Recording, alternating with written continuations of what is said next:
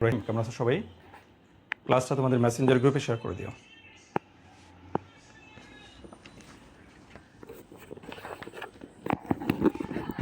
ক্লাসটা মেসেঞ্জার গ্রুপে শেয়ার করে দিও। Thank you.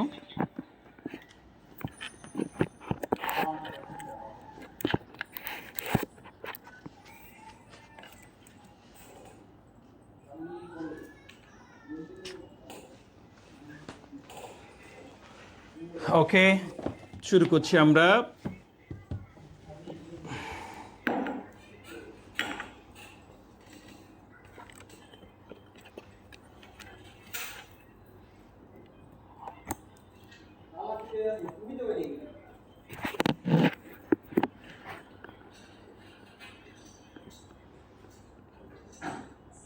ওয়ালাইকুম আসসালাম রহমতুল্লাহি ওয়া বারাকাতুহু।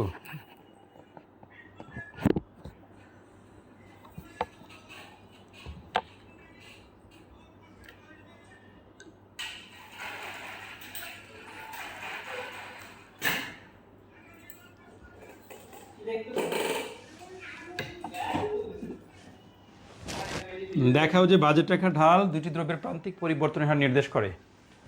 প্রশ্ন,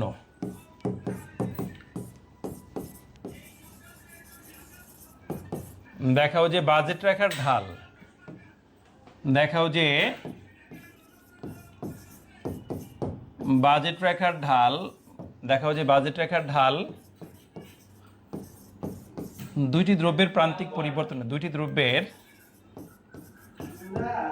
দ্রব্যের প্রান্তিক পরিবর্তনের হার নির্দেশ করে। দুইটি দ্রব্যের, আচ্ছা বাজেট রেখার ঢাল লেখো না, দেখাও যে নিরপেক্ষ রেখার ঢাল। হ্যাঁ, এটা নিরপেক্ষ রেখা দিও। দেখাও যে নিরপেক্ষ রেখার ঢাল, নিরপেক্ষ রেখার ঢাল, দেখাও যে নিরপেক্ষ রেখার ঢাল দুইটি দ্রব্যের প্রান্তিক পরিবর্তনের হার নির্দেশ করে। প্রান্তিক পরিবর্তনের হার নির্দেশ করে।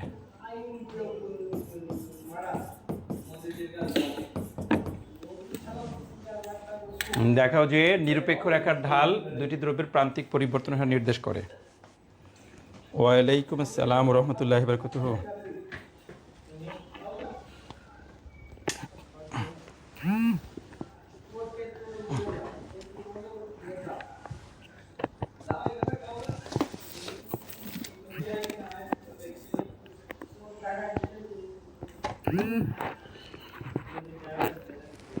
কত পেজ? এটা পেজ নাম্বার 76। 76 নাম্বার পেজে যাও। 76 বইয়ের 76 পেজে যাও।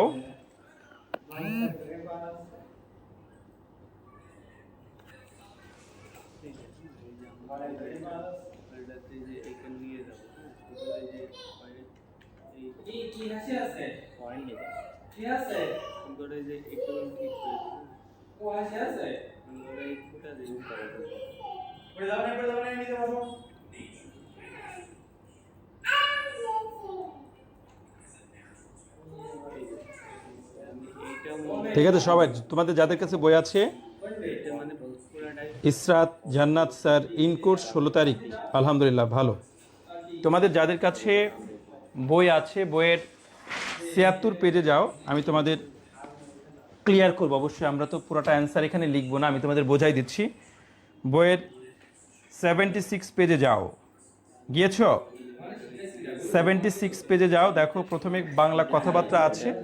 এখানে মূলত আমাদের বুঝতে হবে যে বিষয়টা, সেটা হলো যে নিরপেক্ষ রেখার ঢালটা কাকে বলে। আসলে নিরপেক্ষ রেখার ঢাল, যেমন আমরা একটা নিরপেক্ষ রেখা যখন আঁকি, যখন আমরা একটা নিরপেক্ষ রেখা আঁকি, এই যে ধরো একটা নিরপেক্ষ রেখা আঁকলাম, এই যে এইটা একটা নিরপেক্ষ রেখা আঁকলাম, এইটা হলো আইসি রেখা, নিরপেক্ষ রেখা। আমরা জানি এখানে ওয়াই, এখানে এক্স, তার মানে হলো নিরপেক্ষ রেখার ঢাল মানে হলো এক্স এর পরিবর্তনের ফলে ওয়াই এর পরিবর্তন, অর্থাৎ del y by del x. এটাই হলো মূলত নিরপেক্ষ রেখার ঢাল।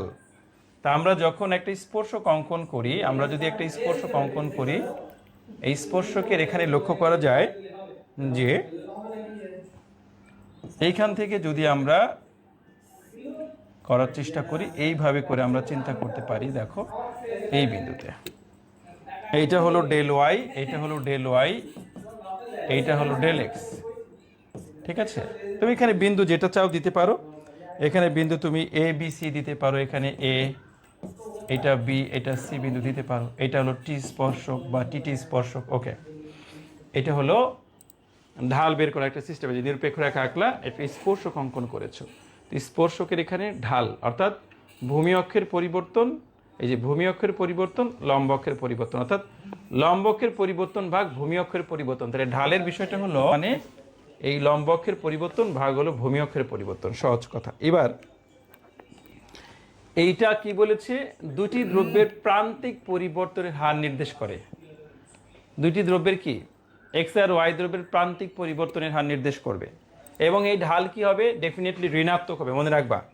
তো এখানে আমাদের বইয়ের মধ্যে দেখো খুব সুন্দর করে বলা হয়েছে এই চিত্র আঁকার পরে, যে চিত্রে ভূমি অক্ষে এক্স দ্রব্য, লম্ব অক্ষে ওয়াই দ্রব্য ভোগের পরিমাণ নির্দেশিত। আইসি হলো নিরপেক্ষ রেখা। এই রেখার সি বিন্দুতে একটি স্পর্শক অঙ্কন করা হয়েছে যা নিরপেক্ষ রেখার ঢাল নির্দেশ করে। টি স্পর্শক অনুযায়ী সি বিন্দুতে নিরপেক্ষ রেখার ঢাল, দেখো বলছে যে বলা হয়েছে যে টি স্পর্শক অনুযায়ী, এই যে টি স্পর্শক যে আমরা রেখেছি, টি স্পর্শক অনুযায়ী সি বিন্দুতে, টি স্পর্শক অনুযায়ী সি বিন্দুতে নিরপেক্ষ রেখার ঢাল হলো del y by del x সমান কত হবে, দেখো সি বিন্দুতে নিরপেক্ষ রেখার ঢাল, সি বিন্দুতে নিরপেক্ষ রেখার ঢাল, নিরপেক্ষ রেখার ঢাল, সি বিন্দুতে নিরপেক্ষ রেখার ঢাল সমান del y by del x.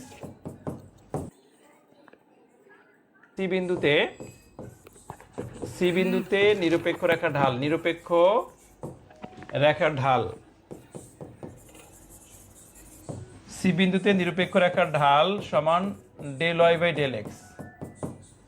তাহলে কত হবে, দেখো সি বিন্দুতে কত হবে, লম্ব অক্ষের পরিবর্তন ভাগ হলো ভূমি অক্ষের পরিবর্তন। তাহলে আমরা এখানে কি দিতে পারি, লম্ব অক্ষের পরিবর্তন কতটুকু, এ বি, আর ভূমি অক্ষের পরিবর্তন কতটুকু, বিসি। তাহলে A B by BC, A B ভাগ কত, বিসি, ঠিক আছে, এ বি ভাগ বিসি। তো সুতরাং বলা যায় যে নিরপেক্ষ রেখা ঢাল দুটি দ্রব্যের প্রান্তিক বদলের হার বা প্রান্তিক পরিবর্তনের, একই কথা, প্রান্তিক পরিবর্তন বা প্রান্তিক বদল। আমরা এমআরএস সমান কি জানি বলো তো, এমআরএস মানে কি, এমআরএস হলো প্রান্তিক বদলের, এমআরএস মানে হলো প্রান্তিক বদলের হার, প্রান্তিক বদল বা প্রান্তিক পরিবর্তনের হার, একই কথা, প্রান্তিক পরিবর্তনের হার। তাহলে এমআরএস মানে প্রান্তিক বদল অথবা প্রান্তিক পরিবর্তনের হার নির্দেশ করে। তাহলে এমআরএস কি দিয়ে পাই, মনে আছে, এমআরএস পেয়েছিলাম del y by del x. তাহলে আমরা ঢালটাও পেলাম del y by del x.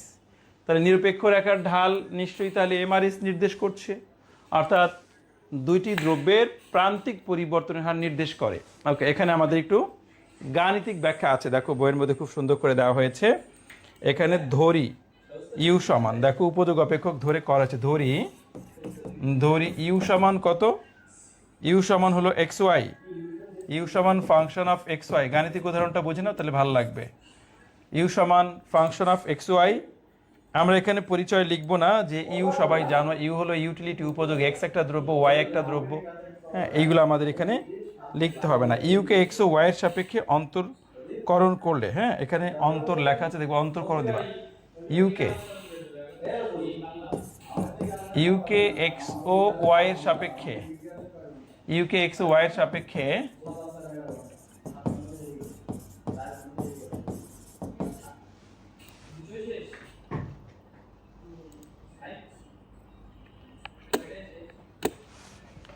তুমি বলছো স্যার আমাদের ইনকোর্স, সাদিয়া শাম্মী তুমি বলছো স্যার আমাদের ইনকোর্স পরীক্ষায় প্রথম অধ্যায় পুরোটা দিয়েছে কিন্তু কোনো কিছু সাজেশন দেয় নাই, তাহলে কি আপনার সাজেশন থেকে পড়লে হবে? অবশ্যই সাজেশনে যা আছে মাইক্রো সাজেশনে পড়ে ফেলো, আলহামদুলিল্লাহ ওইখান থেকে আসবে আশা করছি, ঠিক আছে। ওকে, তাহলে ইউকে এক্স ও ওয়াইয়ের সাপেক্ষে অন্তর্করণ করলে সম্পূর্ণ অন্তর্করণ হবে, অর্থাৎ মোট অন্তর্করণ করি, ইউকে এক্স ও ওয়াইয়ের সাপেক্ষে অন্তর্করণ করলে মোট অন্তর্করণ হবে, অর্থাৎ টোটাল ডিফারেন্সিয়েশন হবে ডিইউ। সবাই জানো যে ডিইউ কিভাবে করে, ফার্স্ট ইয়ারে করেছিলে মনে আছে, ফার্স্ট ইয়ারে করেছিলে না বলো? ডিইউ মানে হলো এখানে অর্থাৎ এই যে অধীন চলক, তাহলে আমরা জানি যে এখানে এই যে ডেল এক্স ভাগ হলো সরি ডেল ইউ ভাগ হলো ডেল এক্স ইন্টু ডিএক্স, মনে পড়ে প্লাস কত ডেল ইউ ভাগ হলো ডেল ওয়াই ইন্টু হলো ডিওয়াই। স্যার বইয়ে তো এইভাবে নাই, আমি তোমাদের বোঝাচ্ছি একই সিস্টেম, বই ওইটাই আছে, বাট আমরা বুঝলে আমাদের ভালো লাগবে। এটা মানে কি জানো, এই ডেল ইউআই ডেল এক্স এটা মানেই হলো এফ এক্স, এইটাকে বলা এফ এক্স, এটা নাম হলো f x into dx, plus হলো এটা হলো এফ ওয়াই ইন্টু ডিওয়াই। অবশ্যই সবাই জানো এটা।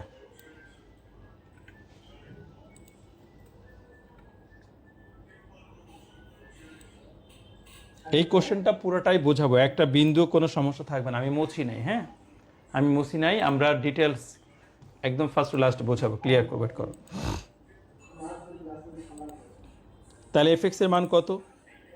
এফ এক্স এর মান হলো ডিইউ বাই ডিএক্স, অর্থাৎ এখানে ডিইউ বাই ডিএক্স দিতে পারো, del u by del x, যদি একাধিক স্বাধীন চলক থাকে তাহলে del u by del x দিতে পারো বা ডিইউ বাই ডিএক্সও দিতে পারো। এখানে ডিইউ বাই ডিএক্স কেন দেওয়া হয়েছে, কারণ আছে, কারণ এখানে আমাদের সাধারণত লম্ব অক্ষে আর ভূমি অক্ষে এখানে দুইটা স্বাধীন চলক নাই, এখানে বরং এই চিত্রে নিরপেক্ষ রেখার ঢালের ক্ষেত্রে একটা স্বাধীন চলক এক্স আর একটা অধীন চলক ওয়াইতে ধরা হয়েছে, এই কারণে আমরা এখানে ডেল না দিয়ে এখানে ডি ইউজ করছি, ঠিক আছে। তাহলে এই জন্য কিন্তু আমি এই লাইনটা দিই না, আমরা যে ফার্স্ট ইয়ারে যে মোট অন্তরকরণ করেছিলাম, মোট অন্তরক করেছিলাম, সেখানে এটা ছিল। ওকে, বুঝতে পেরেছো? তাহলে আমরা এইটা না দিয়ে আমরা কি দিব স্যার, এখানে এফ এক্স ইন্টু ডিএক্স। ওকে, এটা সবাই জানো, বাট এইখানে আমরা এই যে কাজ, তুমি যদি এটা বলো ভুল হবে না, বাট এখান থেকে আমরা কারেকশন করে দিব, সুন্দর করে ক্লিয়ার করে দিব। এখানে এফ এক্স সমান, এখানে বলে দিবা এখানে এফ এক্স সমান এখানে এফ এক্স সমান কত হবে স্যার, ডিইউ বাই ডিএক্স, এখানে এফ এক্স সমান ডিইউ বাই ডিএক্স, আর এফ ওয়াই সমান ডিইউ বাই ডিওয়াই, ঠিক আছে, ডিইউ বাই ডিওয়াই। এখন ওই উপরের লাইনটা যদি তুমি না দিতে চাও, এই যে এটা যদি না দিতে চাও, এই যে এটা যদি না দিতে চাও, স্যার এটা দিলে একটু কেমন কেমন লাগছে, তাহলে এটা দিও না, ডাইরেক্ট এটা দিবা, হ্যাঁ ডাইরেক্ট এটা দিলে কোনো সমস্যা নেই। আমাদের বইয়ের মধ্যে ডিইউ সমান এইটাই ডাইরেক্ট দেওয়া আছে। এইটা কেন দেওয়া হয় না, কারণ চিত্রগত দিক চিন্তা করলে এটা লেখা যাবে না, এই যে এটা লেখা যাবে না,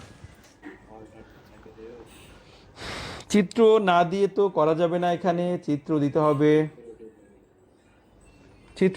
হ্যাঁ চিত্র দিতে হবে। তোমাকে দেখো, তুমি নর্মাল একটা জিনিস তোমরা চিন্তা করো, আচ্ছা প্রশ্নটা কি, দেখাও যে নিরপেক্ষ রেখার ঢাল, আচ্ছা তুমি যদি নিরপেক্ষ রেখাই না আঁকো তাহলে তার ঢাল কেমনে পাবা? তোমার প্রশ্নেই আছে নিরপেক্ষ রেখার ঢাল, তাহলে তোমার নিরপেক্ষ রেখা আঁকতে হবে না? তোমাকে যেটা বলছে মূল যে থিমটা, সেই থিমটাই যদি আমরা বাদ দিই তাহলে আমাদের হবে বলো? ওকে, দেখো নিরপেক্ষ রেখায় যেহেতু উপযোগ স্থির থাকে, লিখতে পারো নিরপেক্ষ রেখায় যেহেতু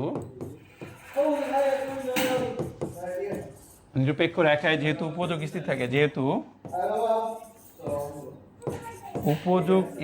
থাকে, তাই দেখো নিরপেক্ষ রেখায় যেহেতু উপযোগ স্থির থাকে, তাই ডিইউ সমান 0 হবে। নিরপেক্ষ রেখায় যেহেতু উপযোগ স্থির থাকে তাই ডিইউ সমান 0 হবে। অতএব f x into dx plus f y into dy সমান 0, অর্থাৎ এই যে ডিইউটা আছে এটা ডিইউ সমান 0 হবে, ডিইউকে ডান পাশে রাখা হয়েছে, ডিইউ সমান 0 হবে। তাহলে f x into dx plus f y into dy সমান 0 হবে।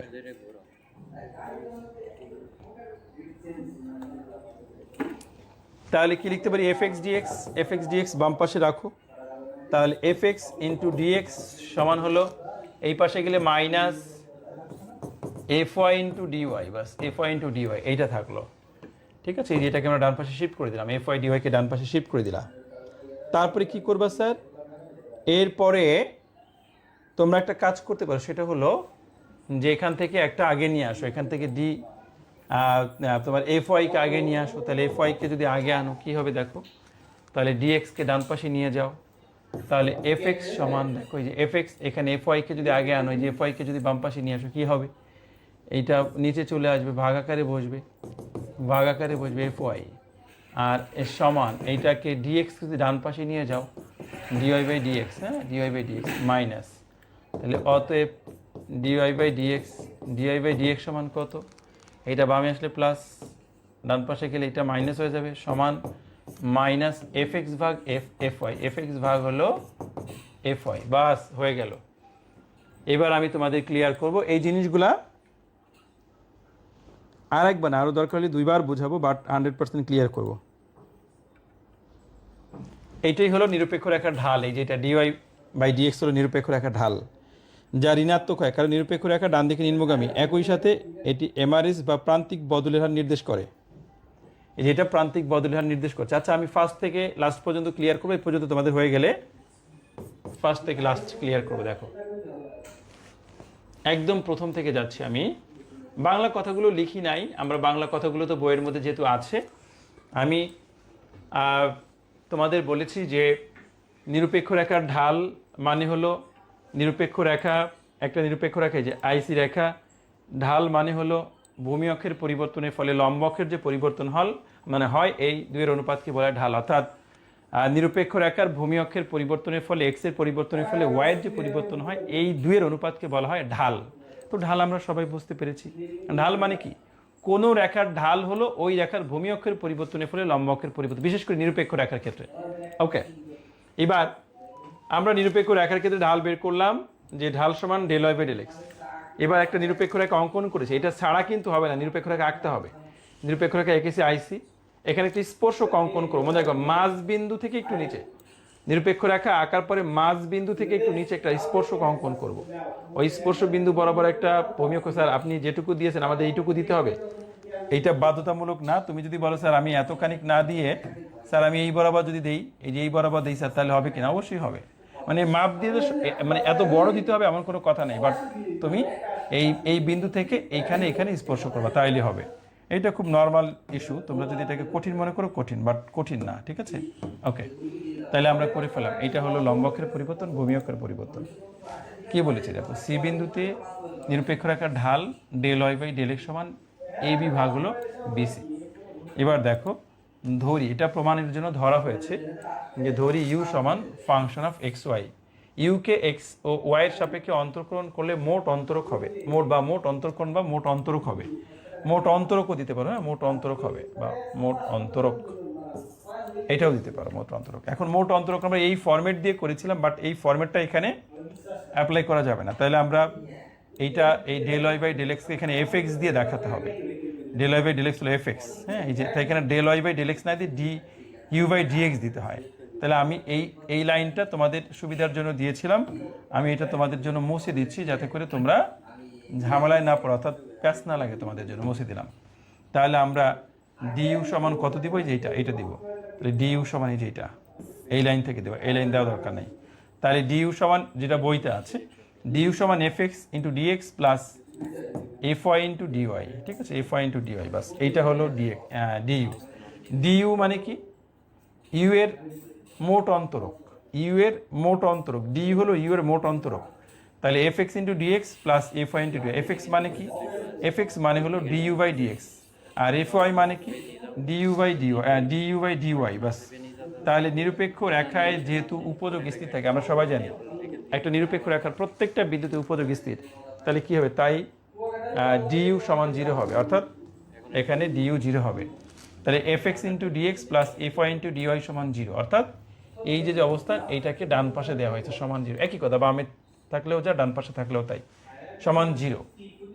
তাহলে এফ এক্স ইন্টু ডিএক্স, এই যে এফ এক্স ইন্টু ডিএক্স, এই ডান পাশে এটাকে নিলে এটা মাইনাস হয়ে যায়, যে minus f y into dy, বাস। ওকে, তাহলে এবার আমরা কি করেছি, এফ ওয়াইটাকে বাম পাশে নিয়েছি, এফ ওয়াইটা গুণ আকারে ছিল, বাম পাশে আসলে ভাগ হয়ে যায়, ডিএক্সটাকে ডান পাশে নিয়েছি, ডিএক্সটাকে ডান পাশে নিলে কি হয়ে যায়, ডিওয়াই বাই ডিএক্স, ডিএক্সটা ডান পাশে গেলে ভাগ হয়ে যায়, মাইনাস থাকলো, তো এই টোটাল অংশটাকে বামে নিয়েছি, মাইনাস ছিল বামে আনলে প্লাস হয়ে যায়, এটাকে ডান পাশে নিয়েছি, মাইনাস হয়ে যায়। তাহলে এই ডিওয়াই বাই ডিএক্স হলো নিরপেক্ষ রেখার ঢাল, তো নিরপেক্ষ রেখার ঢালটা কি হয়, মাইনাস এফ এক্স ভাগ এফ ওয়াই, অর্থাৎ এইটা প্রান্তিক পরিবর্তনের হার নির্দেশ করছে এবং ঢালটা ঋণাত্মক হয়েছে। এফ এক্স ভাগ এফ ওয়াই হলো দুইটি দ্রব্যের যে প্রান্তিক পরিবর্তনের হার, সেটাই নির্দেশ করছে এফ এক্স ভাগ এফ ওয়াই দিয়ে, তাহলে এটাকে বলা হয় হলো দুইটি দ্রব্যের প্রান্তিক পরিবর্তনের হার। আচ্ছা, মানে আশা করি আমার কথা বুঝতে পেরেছো। এটি হলো নিরপেক্ষ রেখা, তোমার নিরপেক্ষ রেখার ঢাল দুইটি দ্রব্যের প্রান্তিক পরিবর্তনের হার নির্দেশ করে। এই যে এটা হলো দুইটি দ্রব্যের প্রান্তিক পরিবর্তনের হার নির্দেশ করছে এটা।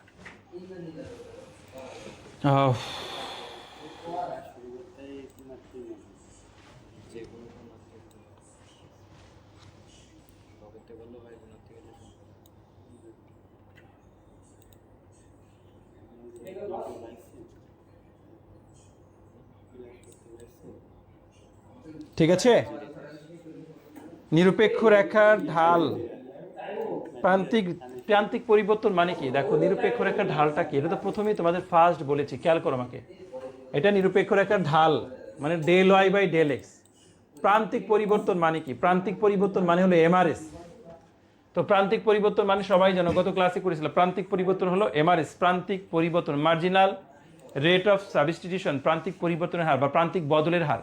তাহলে প্রান্তিক পরিবর্তনের হার বা বদলের হার এমআরএস মানে কি? এমআরএস হলো del y by del x, আর ঢাল কত? Del y by del x. তাহলে নিরপেক্ষ রেখার ঢাল মানেই তো প্রান্তিক পরিবর্তনের হার।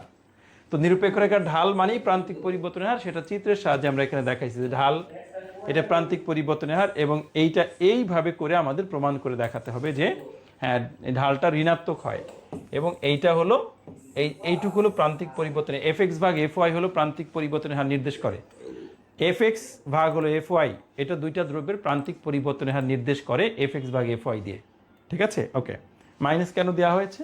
কারণ মাইনাস মান সিস্টেমেটিকলি এসছে, এবং মাইনাস ছাড়া কিন্তু হবে না, কারণ এক্স এবং ওয়াইয়ের পরিবর্তনের যে হার এটা মাইনাস ঋণাত্মক, যেহেতু রেখা ডান দিকে নিম্নগামী, কোনো রেখা ডান দিকে নিম্নগামী হলে ঢাল ঋণাত্মক হবে।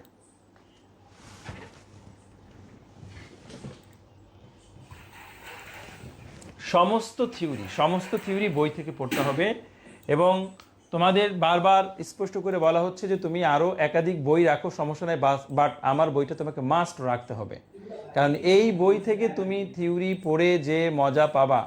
আমি তোমাদের যদি বলি, তোমরা অনেক সময় বলো না স্যার আমরা তো 3-4টা বই মিলে অনেক সময় আমরা কি করতাম, বলতাম, আগে করতাম, আমি করে দিতাম বা তোমাদের করতে বলতাম যে হ্যান্ড নোট করে পড়ো। অনেক সিনিয়রদের বলতাম, তোমাদের যারা সিনিয়র, যে হ্যান্ড নোট করে পড়ে ফেলো। তো এই বইটা হলো মাইক্রো বইটা হলো 100টা বইয়ের হ্যান্ড নোট, ধরো এরকম বিষয়। তো তুমি এখানে এর উপরে কোনো টাচ করার কোনো, দেখবা তুমি যদি 10টা বই নাও হ্যান্ড নোট করার জন্য, তুমি এইটার মতো গুছিয়ে লিখতে পারবা না কোনোভাবে। তুমি যদি হ্যান্ড নোট করার জন্য বাজারে 10টা বই নিলা, বাংলা ভার্সন ইংলিশ ভার্সন মিলে 10টা বই নিলা, ধরো 10টা বই মিলে তুমি এইভাবে করে হ্যান্ড নোট তৈরি করতে পারবা না। এটা তুমি চেষ্টা করে দেখো, তাহলে বুঝবা। তুমি অন্ততপক্ষে একটা অধ্যায় চেষ্টা করে দেখো, হবে না, পারবা না। ওইভাবে করে কিন্তু বইটা তৈরি করা হয়েছে, আশা করি বুঝতে পেরেছো। সবার কাছে মাস্ট থাকতে হবে ইন্টারমিডিয়েট মাইক্রো ইকোনমিক্স বই।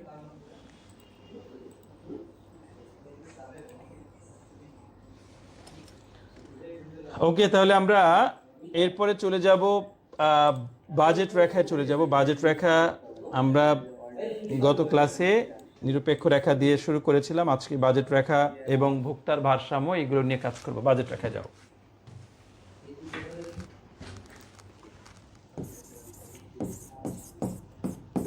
দেখো বাজেট রেখা, বাজেট রেখা কাকে বলে? যে রেখার প্রত্যেকটি বিন্দুতে ভোক্তার মোট ব্যয়ের পরিমাণ স্থির ও সমান থাকে। আবার বলছি, যে রেখার প্রত্যেকটি বিন্দুতে ভোক্তার মোট ব্যয়ের পরিমাণ স্থির ও সমান থাকে তাকে বলা হয় বাজেট রেখা। বাজেট রেখা হলো এমন একটা সঞ্চয় পথ, যে সঞ্চয় পথ দ্বারা ভোক্তা যে এক্স ওয়াই দুইটি দ্রব্য ভোগ করে, এই ক্রয়ের ক্ষেত্রে ভোক্তার মোট ব্যয় জানি প্রত্যেকটা বিন্দুতে স্থির ও সমান থাকে। আশা করি আমার কথা বুঝতে পেরেছো। বাজেট রেখা কিভাবে আঁকতে হয় দেখো। বাজেট রেখা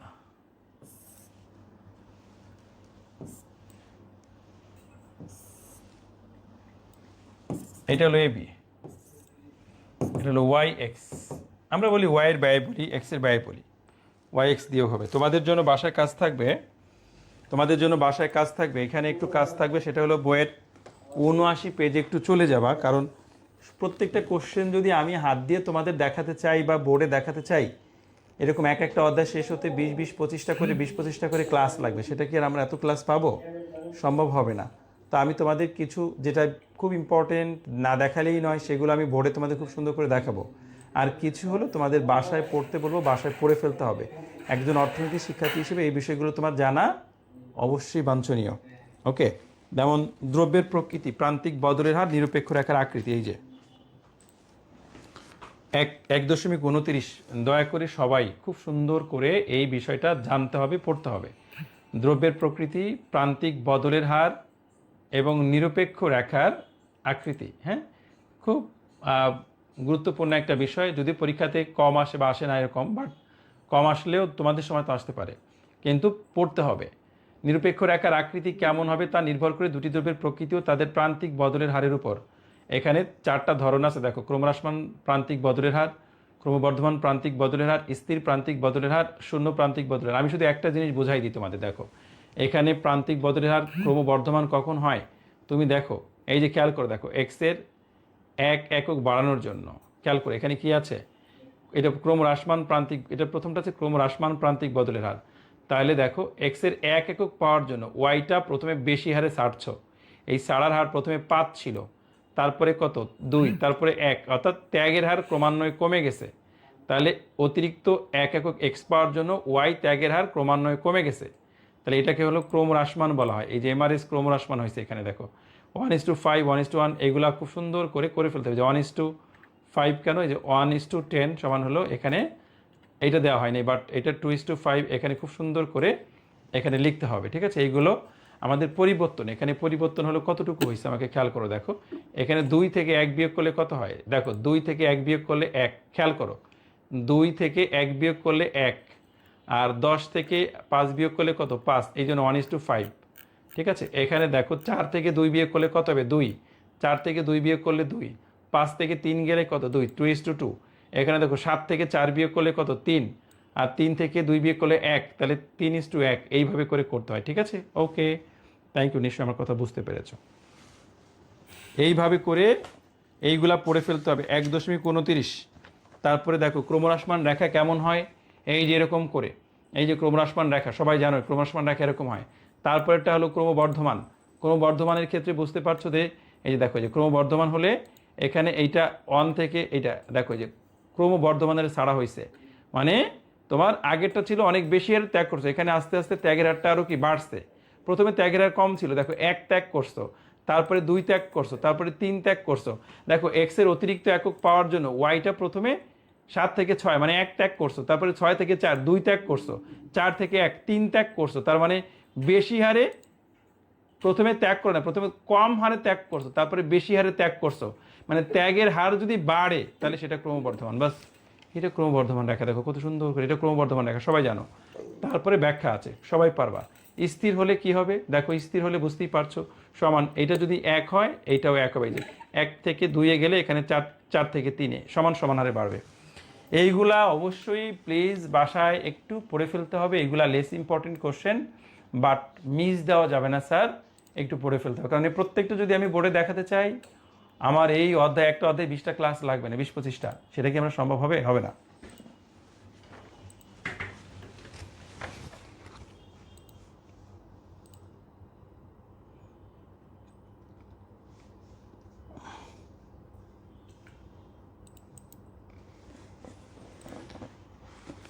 তো ছকে সমানের পরেগুলো কেমনে হলো? সমানের পরেগুলো তোমার দেওয়া লাগবে না, আমি দেখবো পরেরগুলোতে দেইনি, সমানের ডান পাশেগুলো দেওয়া লাগবে না। ঠিক আছে, এটা কাটাকাটি করছি জাস্ট, আর কিচ্ছু না। ঠিক আছে, সমানের পরেরগুলোতে দিলা, এই যে 1:5, 2 কাটাকাটি করলে 1:1 হয়। পরেরগুলো তোমার সমানের পরের কিছু দেওয়া লাগবে না, এটা নিয়ে টেনশন করা দরকার নেই। এই যে সমানের পরেগুলো, এই যে যেটা তোমরা চিন্তা করছো সমানের পরেগুলা কেমনে হলো, এই যে সমানের পরেগুলা 1:5 মানে 1:5, 2:2 মানে কাটাকাটি করলে 1:1 হয়, 3:1 মানে এখানে যদি 1 রাখি তাহলে এখানে 0.33 হয়। তোমার এই সমানের ডান পাশে চিন্তাই করা দরকার নেই, সমানের ডান পাশে এটা বাদ দিয়ে দিবা, সমানের ডান পাশে একটু বাদ দিয়ে দিবা। আর পরেরগুলোতে সমানের ডান পাশে করি নাই, দরকার হয় না। ঠিক আছে, সমানের ডান পাশেগুলো করতে হবে না, যে করতে হবে না, দরকার নেই। থ্যাংক ইউ, ওকে। তাহলে আমরা অন্ততপক্ষে এখানে 4টা কোশ্চেনকে আমরা সংক্ষেপে বেসিকটা আমি ক্লিয়ার করে দিলাম, যাতে করে সবাই খুব সুন্দর করে এটা করতে পারবো না, আশা করি ইনশাল্লাহ সবার কাছ থেকে।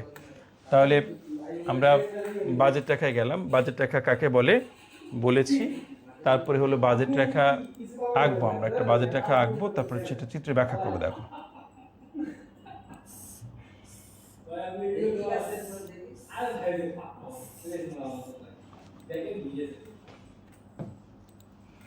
এইটা ধরো y1 y2 y3 x1 x2 x3, এই বিন্দু এফ বিন্দু জি বিন্দু, বাজেটটা আঁকলাম। ঠিক আছে, তো চিত্রে আমরা সাধারণত বলি যে এখানে যদি আমি বলি ভূমি অক্ষে এক্স ধ্রুব, লম্ব অক্ষে ওয়াই ধ্রুব, তাও হবে।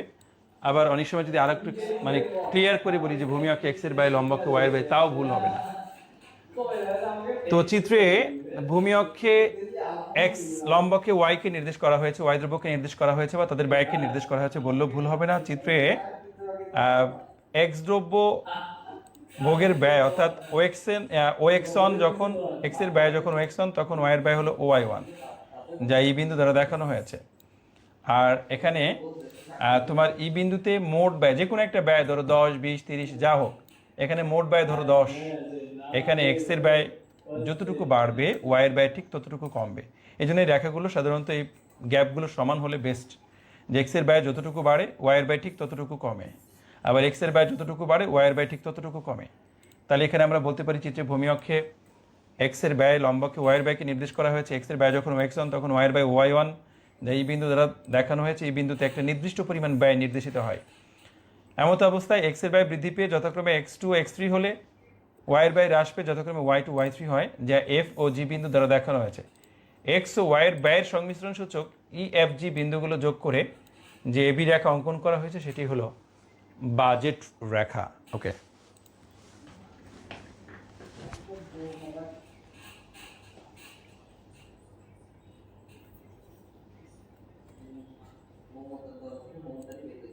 এত সমস্যা নেই, একটা গাইড যদি কিনে থাকো, কিনছো, নো প্রবলেম। এটা তোমাদের নন মেজরগুলো পড়তে হেল্প করবে, নো প্রবলেম, সমস্যা নেই, নিশ্চয় নিশ্চয় সমস্যা নেই। বাট মূল বই বেশি পড়ার চেষ্টা করবা, ঠিক আছে? ব্যতিক্রমে অনেক ভুল থাকে আর কি, সেটা তোমরা বুঝতে পারো। বিশেষ করে মেজর বিষয় পড়ো না, হ্যাঁ, মাইক্রো বা ম্যাথ মেজর বিষয়গুলো মানে ওইখান থেকে পড়ারই দরকার নেই। নন মেজর যদি হেল্প দরকার হয় তাহলে করো, সমস্যা নেই। তাহলে বাজেট রেখা আঁকলা, বাজেট রেখার বৈশিষ্ট্যগুলো একটু দেখো। দেখো বাজেট রেখার বৈশিষ্ট্যগুলো যদি আমি আলোচনা করতে চাই যে কী কী বৈশিষ্ট্য আছে, এখান থেকে আমরা খুব সহজেই বৈশিষ্ট্যগুলো বলে ফেলতে পারবো। দেখো বাজেট রেখার 1 নাম্বার বৈশিষ্ট্য কি আছে, চিত্রের নাম বাজেট রেখা। প্রথম বৈশিষ্ট্য আমি বলতে পারি যে বাজেট রেখা প্রত্যেকটি বিন্দুতে, বাজেট রেখার প্রত্যেকটি বিন্দুতে ভোক্তার মোট ব্যয়ের পরিমাণ স্থির ও সমান থাকে।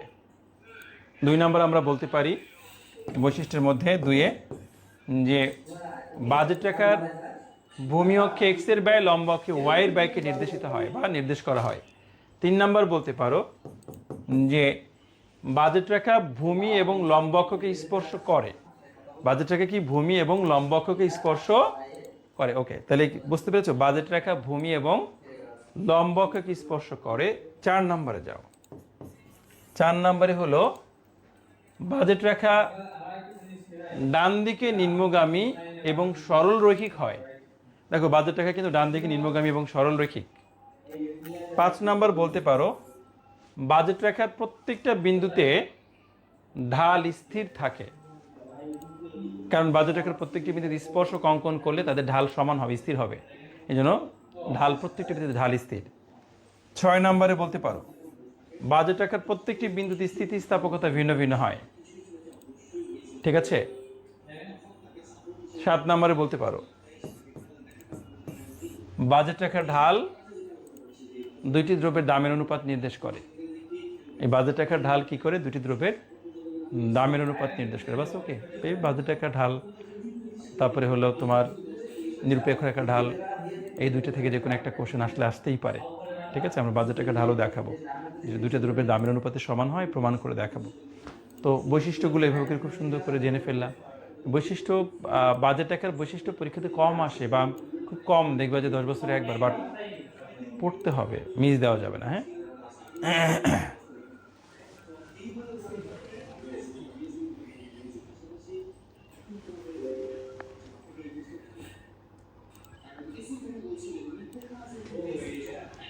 তোমরা কোনো বাজেট সমীকরণ থেকে বাজেট রেখা অঙ্কন আসতে পারে। দেখো আমাদের বইয়ের কত পৃষ্ঠায়, 84 পৃষ্ঠায় যাও, বইয়ের 84 পৃষ্ঠায় 84। দেখো বইয়ের 84 পৃষ্ঠায় 84 পেজে যাও, দেখো পেজ 84 পেজে যাও। দেখো বাজেট সমীকরণ থেকে বাজেট রেখা অঙ্কন করা হয়েছে। হ্যাঁ, বাজেট সমীকরণ থেকে বাজেট রেখা অঙ্কন করা হয়েছে। এখানে জাস্ট একটা বাজেট সমীকরণ ধরা হয়েছে, যে অনেক সময় দেখা যায় এইভাবে করে আসতে পারে। যেমন এখানে 84 পেজে আছে, সেকেন্ড পার্টে দেখো বাজেট সমীকরণের ভিত্তিতেও বাজেট রেখা অঙ্কন করা যায়, যেটা আমরা বাজেট রেখা অঙ্কন তো করলামই। আবার বাজেট সমীকরণের ভিত্তিতেও বাজেট রেখা অঙ্কন করা যায়। সেক্ষেত্রে বাজেট রেখার দুটি অক্ষে কী পরিমাণ এক্স ও ওয়াই ভোগ করা হয় তার নির্দেশিত। ধরা যাক এক্স দ্রব্যের একক প্রতি দাম 5 টাকা এবং ওয়াই দ্রব্যের একক প্রতি দাম 2 টাকা, ভোক্তার মোট ব্যয় এম সমান 50। তার মানে ধরা হয়েছে, এখানে দেখো এখানে ধরা হয়েছে, এই জন্য এখানে এটা তোমরা অনেক সময় নাও বুঝতে পারো, ধরা হয়েছে এখানে। ইসরাত জান্নাত বলেছে স্থিতিস্থাপকতার ঢাল, স্থিতিস্থাপকতার ঢাল না বোন, রেখার স্থিতিস্থাপকতার ঢাল ভিন্ন ভিন্ন বিষয়। দেখো কোনো একটা রেখা, খেয়াল করবা, কোনো একটা রেখা যদি সরল রেখা হয়, যে কোনো একটা রেখা যদি সরল রেখা হয়, তাহলে ঢালের সাথে স্থিতিস্থাপকতার সম্পর্ক হলো বিপরীত। কোনো একটা রেখার ঢাল যদি ঋণাত্মক হয়, স্থিতিস্থাপকতা ধনাত্মক হবে। কোনো একটা রেখার ঢাল যদি শূন্য হয়, স্থিতিস্থাপকতা অসীম হবে। কোনো একটা রেখার ঢাল যদি অসীম হয়, স্থিতিস্থাপকতা শূন্য হবে। কোনো একটা রেখার ঢাল যদি ভিন্ন ভিন্ন হয়, স্থিতিস্থাপকতা সমান হবে। কোনো একটা রেখার ঢাল যদি সমান হয়, স্থিতিস্থাপকতা ভিন্ন ভিন্ন, অর্থাৎ এই দুইয়ের মধ্যে টোটালি একদম ফুল নেগেটিভ রিলেশন, স্থিতিস্থাপকতার সাথে ঢালের সম্পর্ক নেগেটিভ। তো এই এরকম একটা ডান দিকে নিম্নগামী সরল রেখা, সাধারণত বাজেট রেখা একটা সরল রেখা হয়, ডান দিকে নিম্নগামী একটা সরল রেখা। তো এই সরল রেখার ঢাল সবাই জানো, একটা সরল রেখার যে কোনো বিন্দুতে স্পর্শক অঙ্কন করলে তুমি স্পর্শকের আকৃতি খুঁজে পাবা না, যে তুমি একটা স্পর্শক অঙ্কন করো। স্পর্শক তো এরকম হয় না, এরকম হয় না, স্পর্শক সোজা হয়, যে সোজা সোজা। যেমন এই যে দেখো আমরা যখন নিরপেক্ষ রেখা আঁকছিলাম, এই যে এখানে স্পর্শক আঁকলে এই যে এরকম স্পর্শক, এই যে এরকম স্পর্শক রেখা নিম্নগামী কেন্দ্রের দিকে উত্তল ছিল বিভিন্ন রকমের, বাট এইখানে যত স্পর্শক করো না কেন সব রেখার উপর অবস্থান করবে। তাহলে একই রেখার উপরে ছাড়া বাজেটটাকে স্পর্শক আলাদা করে অঙ্কন করা যায় না। তো প্রত্যেকটা স্পর্শকই রেখার উপর অবস্থান করে, তার মানে প্রত্যেকটা বিন্দুতে রেখার ঢাল সমান। আর রেখার ঢাল যদি স্থির হয়, সমান হয়, স্থিতিস্থাপকতা ডিফারেন্ট হবে, ভিন্ন ভিন্ন হবে, প্রমাণিত। এইটা শেখার জন্য আরও ভালো হলো ফার্স্ট ইয়ারের স্থিতিস্থাপকতা অধ্যায়ের দিকে নজর দিতে হবে। স্থিতিস্থাপকতা অধ্যায়ে 2টা কোশ্চেন ছিল। এমন একটি চাহিদা রেখা অঙ্কন করো যার প্রত্যেকটি বিন্দুতে চাহিদার ঢাল, আবার বলছি, এমন একটি চাহিদা রেখা অঙ্কন করো যার প্রত্যেকটি বিন্দুতে চাহিদার স্থিতিস্থাপকতা ভিন্ন ভিন্ন হয়। আবার এরকম ছিল, এমন একটি চাহিদা রেখা অঙ্কন করো যার প্রত্যেকটি বিন্দুতে চাহিদার স্থিতিস্থাপকতা 1-এর সমান হয়। মনে করে দেখো, তখন আমরা চিত্র এঁকে খুব সুন্দর করে প্রুভ করে দেখাইছিলাম ফার্স্ট ইয়ারের। জন্য বলা হয় যে একটা ইয়ারের সাথে আর একটা ইয়ারের কোর্স রিলেটেড। ওই যে ফার্স্ট ইয়ারের বিষয়গুলো যদি একটু চিন্তা করে দেখো, এগুলো খুব ভালো লাগবে, সহজ লাগবে।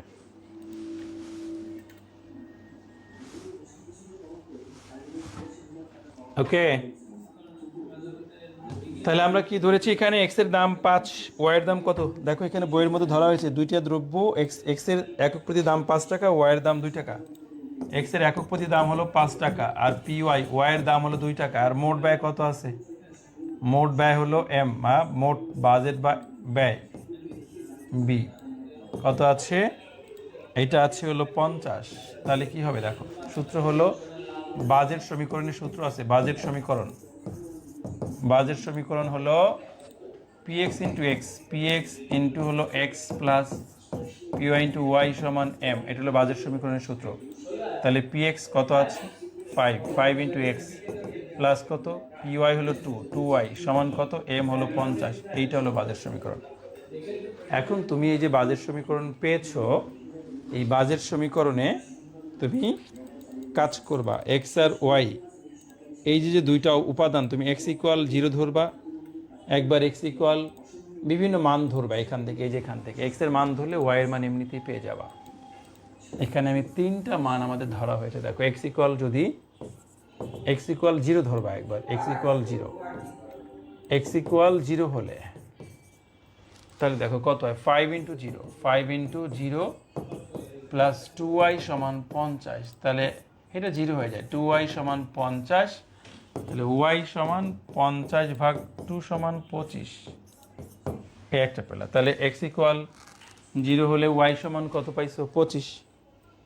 এবার x ইকুয়াল অন্য একটা মান ধরো, x ইকুয়াল 5 ধরো, x ইকুয়াল 5 হলে, x ইকুয়াল 5 হলে তাহলে 5 ইন্টু 5, 5 ইন্টু 5 প্লাস 2y সমান কত, 50, তাহলে 25 প্লাস 2y সমান 50, তাহলে 2y সমান 50 বিয়োগ 25, অতএব y সমান 25 ভাগ কত, 12.5 হয় নাকি, দেখো 12.5 হয়, y এর মান কত, 12.5।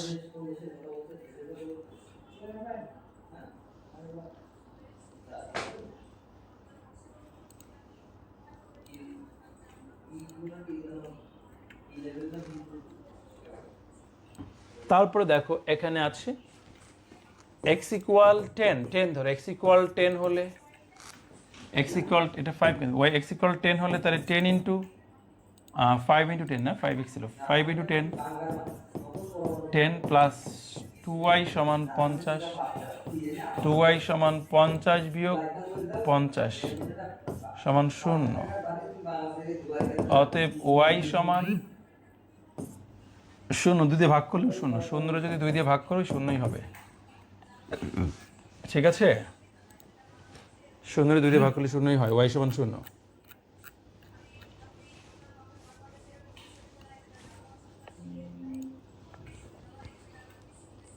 বারো দশমিক 4 না তো স্যার, 12.5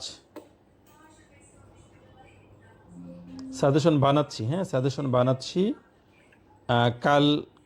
কালকে না পরশু দিন 7 কলেজের একটা, জাতীয় বিশ্ববিদ্যালয়ের একটা দিয়ে দিব, বিজনেস সাজেশন পরশু দিন দিয়ে দেবো, হ্যাঁ ব্যবসায় পরিচিতি সাজেশনটা পরশু দিন, দুইটারই দিব, 7 কলেজও দিব, জাতীয় বিশ্ববিদ্যালয়ে দিব, একসাথেই দিব, ঠিক আছে, পরশু দিন দিব, বানাচ্ছি, আজকেও বানিয়েছি, কালকেও বানাবো, দেন পরশু দিন শেষ হলে পরশু দিন দিয়ে দিব, ইনশাল্লাহ শেষ হবে, আশা করি একটা পরশু দিন দিয়ে দিব, এভাবে করে দিয়ে দেবো ওই মাসে, তারপর আর একটা ধরবো, তারপর আর একটা ধরবো, 4টা তো নন মেজর 4টা সাজেশনই দিয়ে দেবো।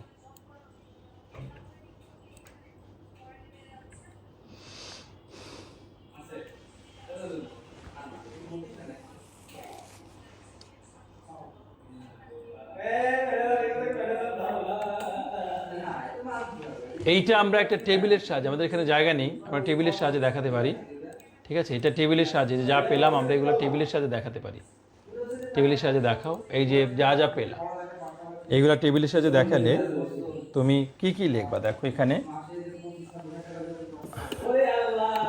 দেখো কলাম, বইয়ের মধ্যে সুন্দর করে কয়টা কলাম দিয়েছি, কলাম আছে দেখো, 1টা 2টা 3টা 4টা 5টা 6টা 7টা 8টা কলাম আছে, দেখো 8টা কলাম, ঠিক আছে, 8টা কলাম, ছোট ছোট 8টা কলাম আছে, ওকে 8টা কলাম দাও, 1টা 2টা 3টা 4টা 5টা 6টা 7টা 8টা কলাম, বাস, ওকে 8টা কলামের মধ্যে এখানে দেখো সংমিশ্রণ দিলা, সংমিশ্রণ হলো ABC, স্যার ABC কেন, 3টা মান নিয়েছো এই জন্য ABC, ABC 4টা নিলে 4টা দিতা, তাহলে ABC, তারপরে আমরা নিয়েছি হলো x দ্রব্যের ভোগ, y দ্রব্যের ভোগ, x আর হলো y, বাংলা লিখলাম না, তারপরে PX PY, ঠিক আছে, PX PY, x এর ব্যয় y এর ব্যয়, x এর ব্যয় y এর ব্যয়, x এর ব্যয়, x এর ব্যয়, x এর মোট ব্যয়, y এর মোট ব্যয়, y এর ব্যয়, এটা হলো M, বাস, ওকে এই কলামগুলো দিবা।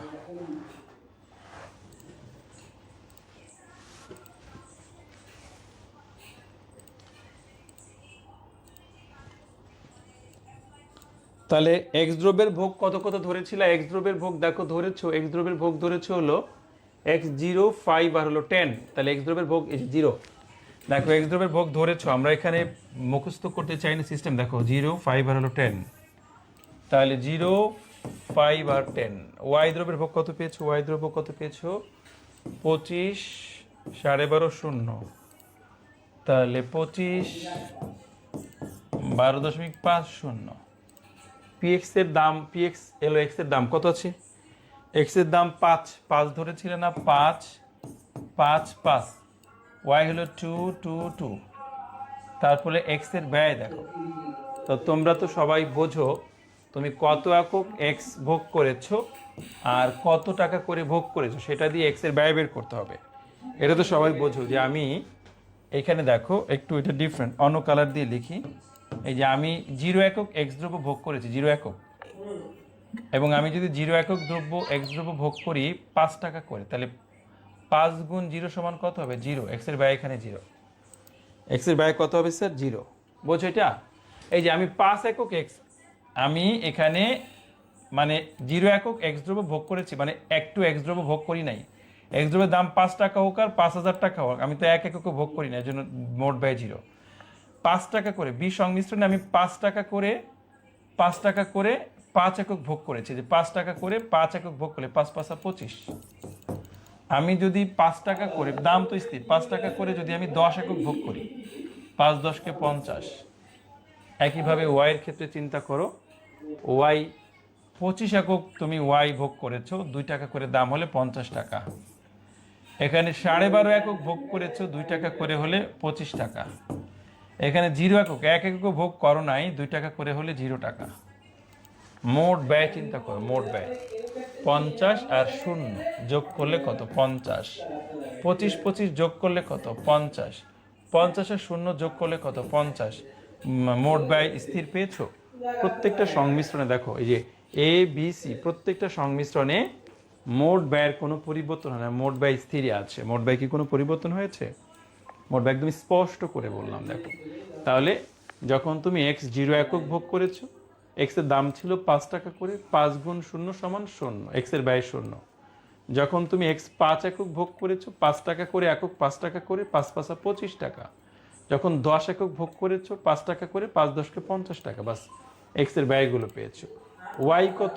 ওয়াই যখন তুমি 25 একক ভোগ করেছো, 2 টাকা করে দাম হলে 25 25 দুগুণে 50। আর 2 টাকা করে ওয়াই যদি 12.5 একক ভোগ করো, 25 টাকা, তোমার কত হবে? 25 টাকা। আর যদি তুমি 0 একক ওয়াই ভোগ করো, 2 টাকা করে 0 হবে। তো মোট ব্যয় কিভাবে? এম হলো ব্যয়, মোট ব্যয়, এই দুইটা যোগ করে, এই দুইটা যোগ করে, এই দুটো যোগ করে আমরা পেয়েছি। ওকে,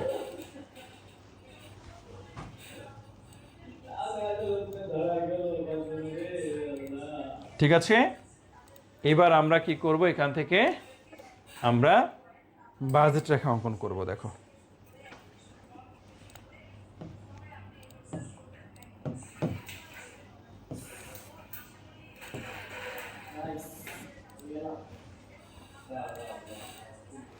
তাহলে এক্স দ্রব্য আছে এখানে, এক্স দ্রব্য,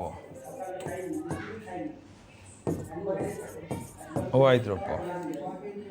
তাহলে এখানে 5 10, এখানে দুইটা বিন্দু নিবা, একটা হলো 5 আর একটা হলো 10। 5 10 এত বড় নেওয়া লাগে না রেখা। এক্স দ্রব্য, এক্স দ্রব্য, বাস এক্স দ্রব্য, এক্স দ্রব্য। এখানে আছে কি 5 থেকে 25 পর্যন্ত, 5 10 15 20 25, 5 10 15 20 25, বাস ওকে, ওয়াই দ্রব্য। বাস এবার দেখো 5 10 15 20 25। তো আমরা এখানে একটু খেয়াল করব যে এক্স আর ওয়াইয়ের কি ব্যবহার। যখন আমরা এক্স দ্রব্যের ব্যবহার 0 পেয়েছি, তখন ওয়াইয়ের ব্যবহার 25। দেখো এক্স দ্রব্যের ব্যবহার যদি 0 হয়, এক্স দ্রব্যের ব্যবহার 0 হলে ওয়াই দ্রব্যের ব্যবহার কত? 25। এখানে একটা বিন্দু পাইছি। আবার দেখো যখন এক্স দ্রব্যের ব্যবহার পেয়েছো 5, তখন ওয়াই দ্রব্যের ব্যবহার পেয়েছো 12.5। তাহলে এক্স দ্রব্যের ব্যবহার যদি 5 হয়, তাহলে ওয়াই দ্রব্যের ব্যবহার কত পেয়েছো? 12.5। তাহলে 12.5 মানে কি? এই যেখানে আছে 5, 12.5, এই যেখানে স্কেল দিয়ে করলে তোমাদের রেখাগুলো ভালো হবে, ঠিক আছে? আমি তো খোলা হাতে করি, আমার রেখাগুলো অতটা সুন্দর দেখা যাবে না। এটা হলো বা আর একটু নিচে হবে, 19-20 হতে পারে, আমি এই জন্য বললাম যে স্কেল দিয়ে করবা ভালো হবে একটা কিন্তু, ঠিক আছে? আর এখানে হলো যে কত আছে 10 আর হলো কত 0, তাহলে এখানে হলো এইটা ব্যবহার করবা 10, এইটা হলো 0, এটা হলো 0। তাহলে আমাদের মূলত এই রেখাটা আর একটু এসে যাবে, অর্থাৎ এইটা যদি সঠিকভাবে করি না, এইটুক আর একটু এদিকে যায়, আর একটু এদিকে যায়, একটু এদিকে যায়, হ্যাঁ, এই জন্যই রেখাটা মূলত, অথবা এই যে এইটা আঁকবা আগে, এইটা আঁকার পরে দেন তারপরে যোগ করে দেওয়া, তাহলে বেস্ট হবে। 12.5 যোগ, ব্যাস এরকম করে দেবা।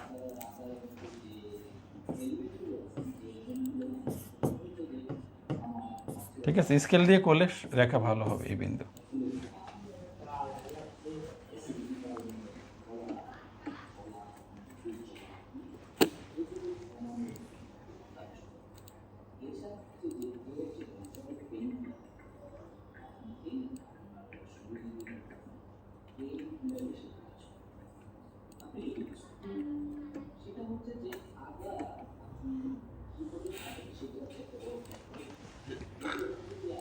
আমার এখানে শীত লাগে, গরম না, শীত লাগে, এই জন্য শীত লাগে দেখে একটু গরম পোশাক পরার চেষ্টা করি, কারণ ওই ক্লাসরুমে তো রুম টুম বন্ধ করে রাখতে হয়, সব দিকে সাইডে জানালা দরজা একদম ফুল লাগাই রাখলে এক বাতাস, ফ্যান ছাড়লে শব্দ, প্রচুর শব্দ হয়, আর ফ্যান তো ছাড়া যায় না, তো সঙ্গত কারণে এসি ছাড়তে হয়। তো এসি ছাড়লে যেটা হয় যে শীত লাগে, তো অনেক সময় শীত লাগলে ঠান্ডা ঠান্ডা লাগতে পারে, তো এর জন্য একটু পাঞ্জাবির উপর দিয়ে বা পাঞ্জাবি পরে রাখি, বা একটু ব্লেজার পরে রাখি, যাতে করে শীতটা না লাগে।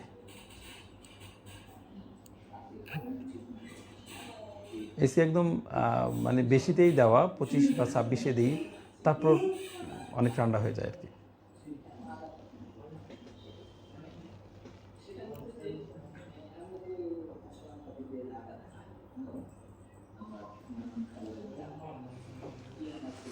ঠিক আছে, তো নিশ্চয়ই আমার কথা বুঝতে পেরেছো। তো চিত্রে ভূমি অক্ষে এক্স দ্রব্য, লম্বকে ওয়াই দ্রব্য ভোগের পরিমাণকে নির্দেশ করা হয়েছে। চিত্রে এক্স দ্রব্য ভোগের পরিমাণ যখন 0, তখন ওয়াই দ্রব্য ভোগের পরিমাণ 25, যা এফ বিন্দু দ্বারা দেখানো হয়েছে। এক্স দ্রব্য ভোগের পরিমাণ 5 হলে ওয়াই দ্রব্য ভোগের পরিমাণ কত? 12.5।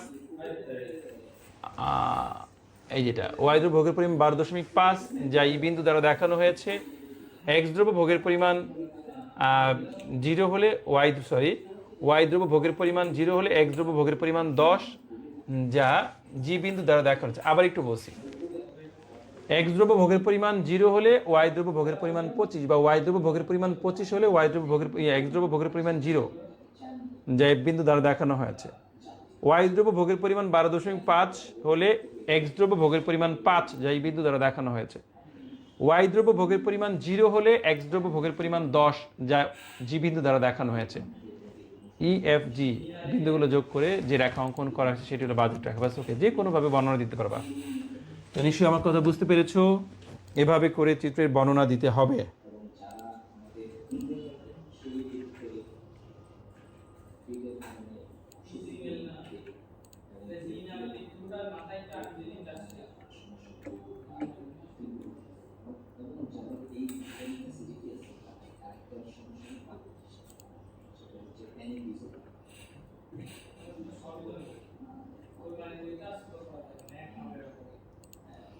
না না না, 8টার দিকে, 8:30টার দিকে তো শুরু করি নাই, তোমাদের ক্লাস 8:15টায় শুরু হবে, হ্যাঁ, 8:15তে শুরু হবে।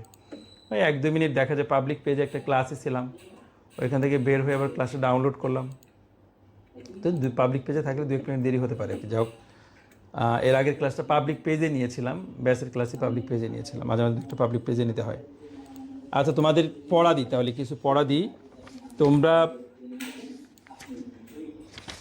বাজেট রেখার বৈশিষ্ট্যটা আমি বললাম, বৈশিষ্ট্য তোমাদের বলা হয়েছে বাজেট রেখা ও নিরপেক্ষ রেখার মধ্যে পার্থক্য দেখাও, যদি পারো ভালো, না পারলে আমি দেখাই দেবো, সমস্যা নেই, ঠিক আছে?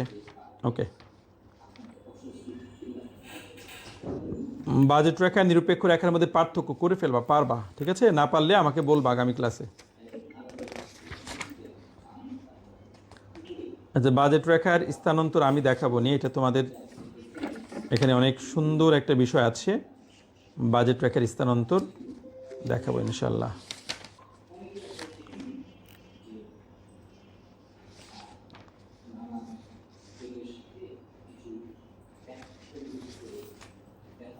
তারপরে বাজেট রেখা ও নিরপেক্ষ মানচিত্রের সাহায্যে ভোক্তার ভারসাম্য ব্যাখ্যা করো।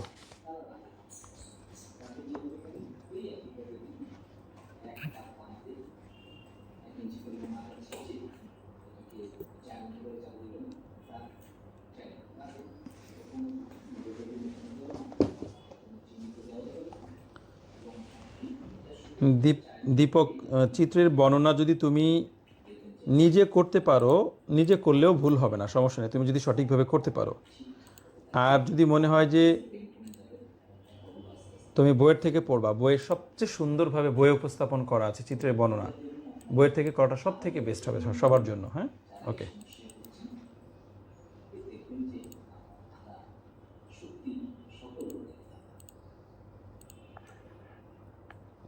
তো ঠিক আছে, সবাই ভালো থাকবা, নেক্সট ক্লাসে দেখা হবে। পড়াশোনা করো, প্র্যাকটিস করো, ম্যাথ ভুলে যেও না, 3টা খুব গুরুত্বপূর্ণ অধ্যায় ম্যাথ করা হয়েছে, ম্যাথগুলো প্র্যাকটিসের মধ্যে রাখো, নাহলে কিন্তু ভুলে যাবা। অন্ততপক্ষে প্রত্যেক দিন 1 ঘন্টা করে, প্রত্যেক দিন 1 ঘন্টা